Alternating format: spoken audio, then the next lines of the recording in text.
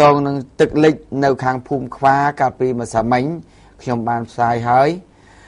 ប៉ុន្តែសម្រាប់ម្សិលមិញនេះក្រោយពេលការផ្សាយចប់ទៅខាងអាជ្ញាធរបានចាប់ផ្ដើមយកម៉ាស៊ីនចំនួន2គ្រឿងទៅបូមទឹកចេញពីចំណុចភូមិខ្វាហ្នឹងបាទខ្ញុំបានជួបជាមួយនឹង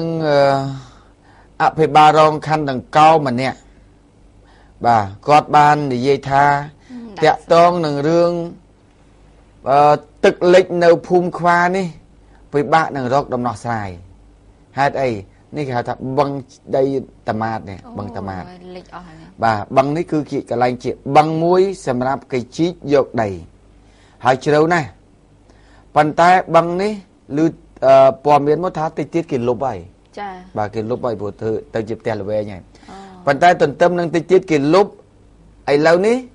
គឺផ្ទះប្រជាពលរដ្ឋលិចមុនលុបហើយចាបាទប៉ុន្តែម្សិលមិញខាងអភិបាលខណ្ឌដង្កោអភិបាលរងខណ្ឌដង្កោម្នាក់គាត់បានយកម៉ាស៊ីន2គ្រឿងទៅដាក់បូមទឹកនៅទីនោះប៉ុន្តែគាត់ថាពិបាកណាស់នឹងមិនដឹងជាបូមបានជោគជ័យដោយកម្រិតណាទេភ្លៀងកាន់តែធ្លាក់បន្តហើយនឹងកន្លែងនោះគឺគ្មានជំរឿសដែលថាតើទឹកត្រូវបង្ហាចេញទៅតាណាបាទនេះម៉ាស៊ីននេះម៉ាស៊ីនដែលត្រូវបូមចេញបាទដាក់2គ្រឿងបាទទៅយូរប៉ុណ្ណឹងហើយទៅអត់រួចទេនៅទៅមិនរួចទេប៉ុន្តែយ៉ាងណាក៏ដោយវាប្រសើរជាងអត់បាទផ្ទះប្រជាពលរដ្ឋដែលនៅជាប់មាត់បឹងហ្នឹងគឺលិចអស់ហើយឥឡូវម្ចាស់ផ្ទះខ្លះគាត់ចាប់ដើមចាក់ចេញពីកន្លែងហ្នឹងទៅនៅផ្ទះជួលបដោះអាសន្នដោយសារទឹកវាលិចហើយទឹកដែលលិចហ្នឹងបើទឹកធម្មតាទឹកថ្លាវាមិនបញ្ហាទេប៉ុន្តែវាទឹកស្អុយទឹកឆ្អេះឆ្អាបដែលធ្វើឲ្យពួកគាត់សម្រេចចិត្តថាចោលផ្ទះខ្លួនឯងទៅនៅរកជួលផ្ទះគេផ្សេងបាទហើយកន្លែងហ្នឹងមិនមែនទើបតែលិចថ្មីនេះទេទូទាំងជនគឺលិចគេហៅថាចាប់ពីខែឡើងមួយខែជាងឡើងមកចាបាទដោយសារតែគ្មានកន្លែងប្រព័ន្ធលូសម្រាប់ហូរចេញគាត់នៅត្រាំទឹកហ្នឹងបាទហើយនៅជុំវិញទាំងអស់ហ្នឹងគឺកន្លែងដីដែលធ្លាប់ទឹកហូរចេញទៅក្រៅទៅបឹងតាម៉ាត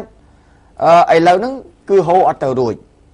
ព្រោះដីរបស់គេចាក់អស់ទៅចាហើយដល់ពេលអ្នកចាក់ហ្នឹងចាក់អត់ប្រើប្រព័ន្ធលូដើម្បីឲ្យហូរចេញនៅនឹងបដ ாய் បាទគាត់ដឹងថាចាក់ដីឲ្យតែបពេញទៅរឿងតាក់តងរឿងលិចអីចាំគិតផ្សេងទៀតបាទនេះទូទាំងជនគឺម៉ាស៊ីនត្រូវបានយកទៅដាក់កាលពីម្សិលមិញវិញចំនួន2គ្រឿងហើយចាប់ផ្ដើមបូមបដាហើយបាទហើយពលរដ្ឋក៏សូមអរគុណចំពោះខាងអាជ្ញាធរដែរហើយក៏សូមអរគុណខាងសាលាក្រុងដែរខាងសាលាក្រុងបានជួយប្រេងចំនួន 1000 លីត្រកាលពីម្សិលមិញបាទឥឡូវនឹងចាប់ផ្ដើមបូមហើយនឹងស្រកបានប្រមាណទេព្រោះភ្លៀងថែមមកពីលើទៀតផ្ទះខ្លះនៅលិចចង់ដល់ទៅបូលបាទអរគុណទូទាំងជននេះដោយសារតែម្សិលមិញចាប់ផ្ដើមម៉ាស៊ីនយកទៅដាក់វិញហើយដែលការងារដែលខាងខណ្ឌដង្កោគាត់ត្រូវតែមើលអំពីបញ្ហាទាំងអស់នេះព្រោះនេះជាកង្វល់របស់ប្រជាពលរដ្ឋរបស់យើង